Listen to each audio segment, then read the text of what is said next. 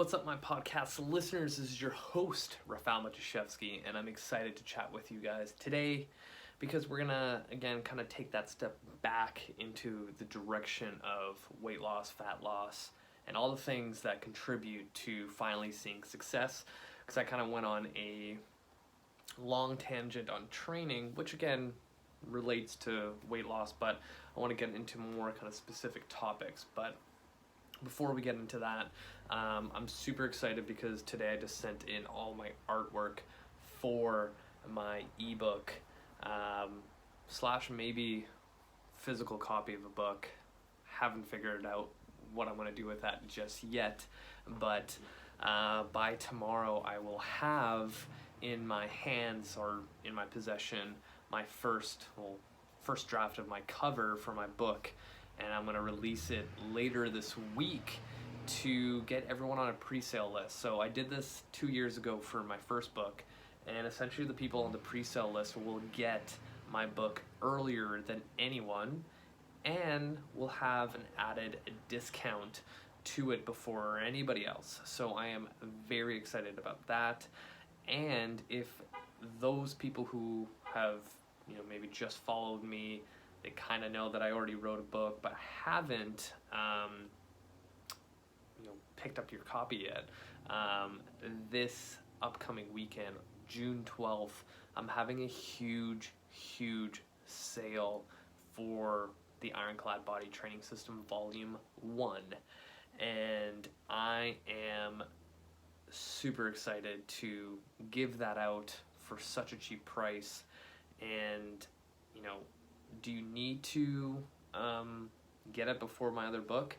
I would suggest so, only because the program in there, because the whole book is based on a program, and if you followed it, you're probably looking for that kind of a next step, and that's what volume 2 is that next step, along with a lot more information and a lot more goodies that I did not put in the first one. So I would highly recommend it. Do you need to? No, but it would be a good idea. So stay tuned for more updates for that this week. So today what we're going to talk about is mental health, because a couple weeks ago a friend of mine reached out to do a little video on the importance of mental health, and that sort of got me kind of thinking about why is mental health so important when it comes to weight loss. And excuse me, like a dryness in my throat. Why is it so important when it comes to weight loss? So I look at mental health as kind of the first pillar of our health, because without it, all the other pillars kind of collapse, because this first pillar is the strongest, it's the foundation, and it keeps all that shit together. So an example of this is, like, if you're not truly, like, how would I say it, turning the wheels as everyone is around you properly, then all the other facets in life tend to kind of deteriorate or fall apart. So, say you're dealing with whatever it is you're dealing with in life, and, fitness and health has always been one of those things that you've been struggling with for so long, and you want to finally get past it. You want to finally see success. I'm going to be the first one to tell you that it's probably not going to happen if you don't deal with your mental health first. Whatever you're going through, by adding the stress and pressure of health and fitness, is probably not going to help you mentally, or get you through any kind of major goal. And it sounds kind of backwards, because exercise does help your mental health, but if you're truly going through something, let it be depression, anxiety, suicidal thoughts, going through a lot of life stresses, you adding this whole other thing to your life, you don't have the mental capacity to take that on at 100%. Like, really think about that. Like, if you are dealing with depression, like a really tough depression where you physically don't want to get out of bed because you're like, what's the point? How are you going to motivate yourself to be like, all right, breakfast, I'm going to eat, I'm going to get my workout later in, I'm going to go to sleep early, I'm going to meal prep? Like, it's probably not going to happen. And I can guarantee that because of this pandemic, so many of our people around the world have dealt with some sort of mental health issue. I went through a shit ton of stuff this past year and a half, and only today is where I feel like I'm starting to kind of get my shit together, you know? And a lot of it was because my entire world was disrupted. You know, I tried my best to keep up with whatever was going on. I kept, you know, trying to tread water, keep my head above, but a lot of it was just a lot. It was a lot. And my heart goes out to everyone else out there, because, like, you know, what I feel is, you know, my thing, but what you feel is so much more different. And if I could, like, literally take my inside and go into someone else's body to feel what they're feeling, holy fuck, it'd probably be a lot worse than what I dealt with, right? So, you know, everyone that's listening or watching, like, just know that what you're going through is valid. It is a struggle, and if anyone discredits that, like, fuck them. Like, you're dealing with your own shit, and, you know, every day is just another opportunity to pick at that dead scab. And I always use this analogy because, you know, Winston Churchill is an idol of mine. Like, I admire his courage and bravery and tactical skill and everything that he did. And he, like, back in the day, would talk about his struggle with depression. Like, the dude was a world leader, this powerful, strong guy. And back in the day where men would never, ever share any kind of feelings or anything like that, straight up was like, fucking dealing with depression. And he had this saying that depression is kind of like a black dog following you down an alley. And you know it's there, and it never seems to slow down. It's just right there, ready to pounce on you. You have that, like, anxiety feeling that it's, like, right behind your shoulder, and anything that can trigger that dog to come attack you is going to happen. And I thought that was, like, the best way to describe depression and anxiety. So knowing that feeling, knowing that scenario is probably crippling a lot of people right now, maybe 6 months ago, or wherever it was where you finally got over it. That's really tough to, you know, deal with when you may have the expectation that, you know, last year was the year that you were supposed to get healthy. This year was supposed to be better because it's not 2020 anymore, and it still hasn't happened, and you're like, what the fuck's going on? And then maybe you're, you know, throwing that because of these restrictions of where I am is the reason why I'm not successful, or if I had this, maybe it would be a little bit better. Like, it's not your fault. It's literally what this pandemic has done to us. It has literally pushed us into a fucking corner and is not letting up. But we need to find it within ourselves to have that urge, that passion, that feeling that, you know what, sure, all this shit is a lot, but I want to get fucking through it. And I think that's what really helped me during this whole pandemic, is that, you know, my whole environment, my entire world was turned upside down. And as much as I was backed into a corner, the only thing that kept me going was, you know, I just have to deal with it, because eventually this moment will pass. You know, like, pain will pass. And, you know, people fighting with depression or any kind of mental health stuff comes in waves, right? And I would almost compare mental health stuff like depression a wave like motivation, right? Motivation's not actually, motivation's a feeling, and I've spoken about this on my podcast before. It's a feeling, just like happiness or sadness, just like being sad. It's physically impossible to be sad every single day. Like, not like there's going to be other emotions. Just like happiness, you can't be happy every single day. So motivation is the same thing. You can't feel motivated every single day.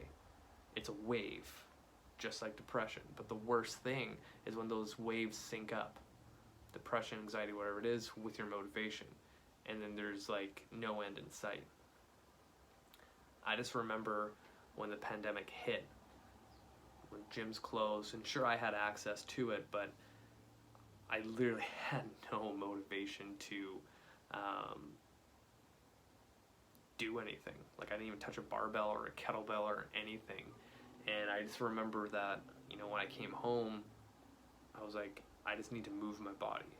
So whatever that was, 10 minutes, 20 minutes, whatever it was, I just tried to build a habit of always like moving. And I'm like, I know it's not perfect. I know it's not going to shred me up, like I'm not going to gain muscle or anything, but it was more so just to build that habit around moving so I didn't lose it. And I know a lot of people that may finally got a rhythm in the gym, pandemic hit, and then everything fell through. Seeing firsthand, sorry that was super loud, seeing firsthand the gym where I'm at reopen and not seeing familiar faces anymore. And like, sure, there's probably like the whole like, oh, I don't know if gyms are safe, whatever it is, they are. I totally get it, but there's still going to be that population where, gyms reopen, you're like, okay, I'm going to come back. And a lot of those people that were super regular coming in every single day, they're not there anymore, and I wouldn't be surprised that because of the pandemic caused some mental health stuff that is not making you feel like fitness and health is going to be a priority. And this is where we're going to circle back to my whole first thing, how, if you're not right mentally, you haven't paid attention to your needs mentally, then your physical component of your body is not going to thrive at all. Like, at all. Right? And throw in the rest of your family.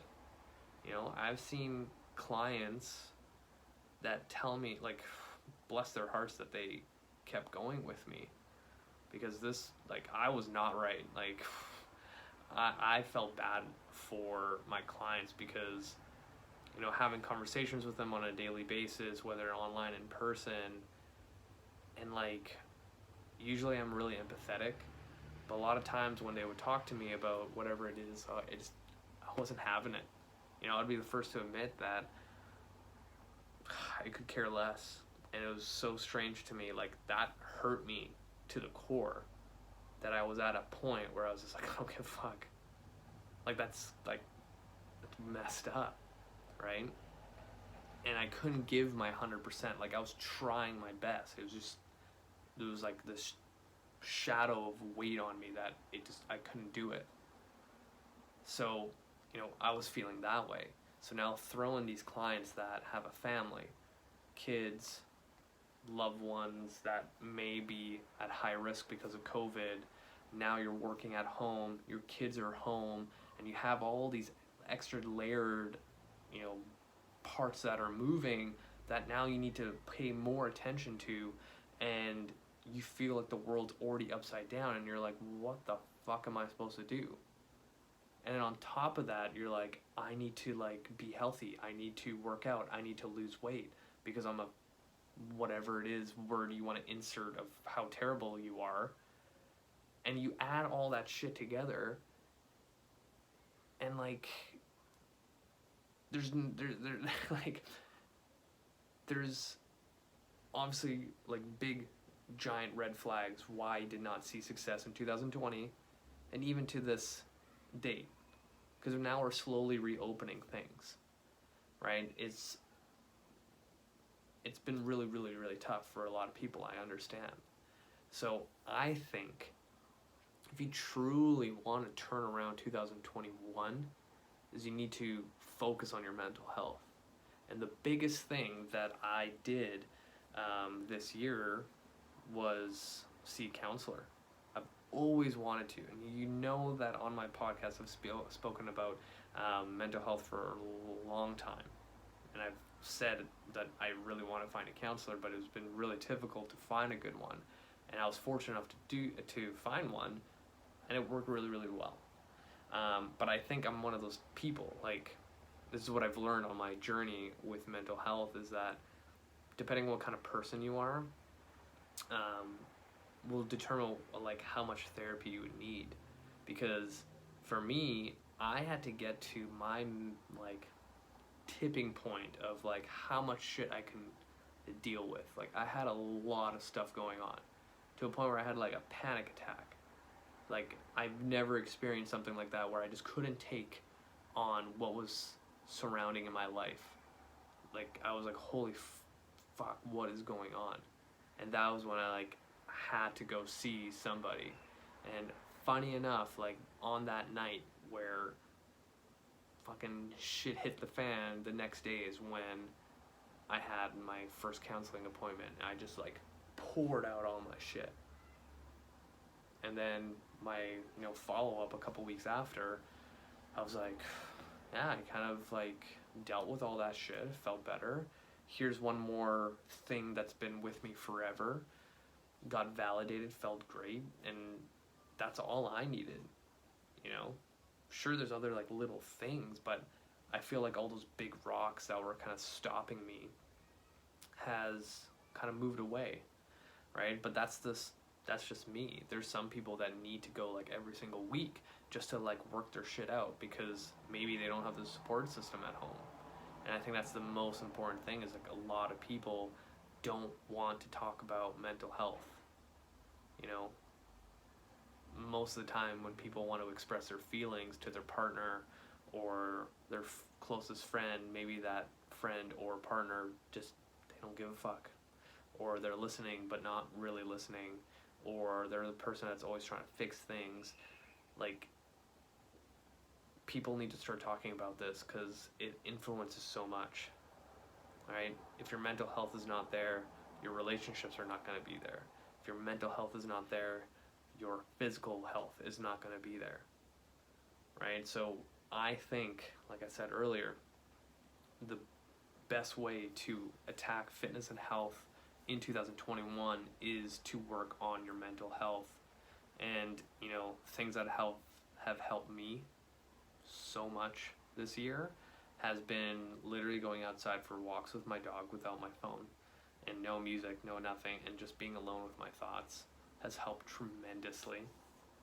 Spending more time with my wife, just like hanging out, cuddling, and talking about fucking Disneyland, because things are reopening, and like it's June and I'm so excited for my trip in November.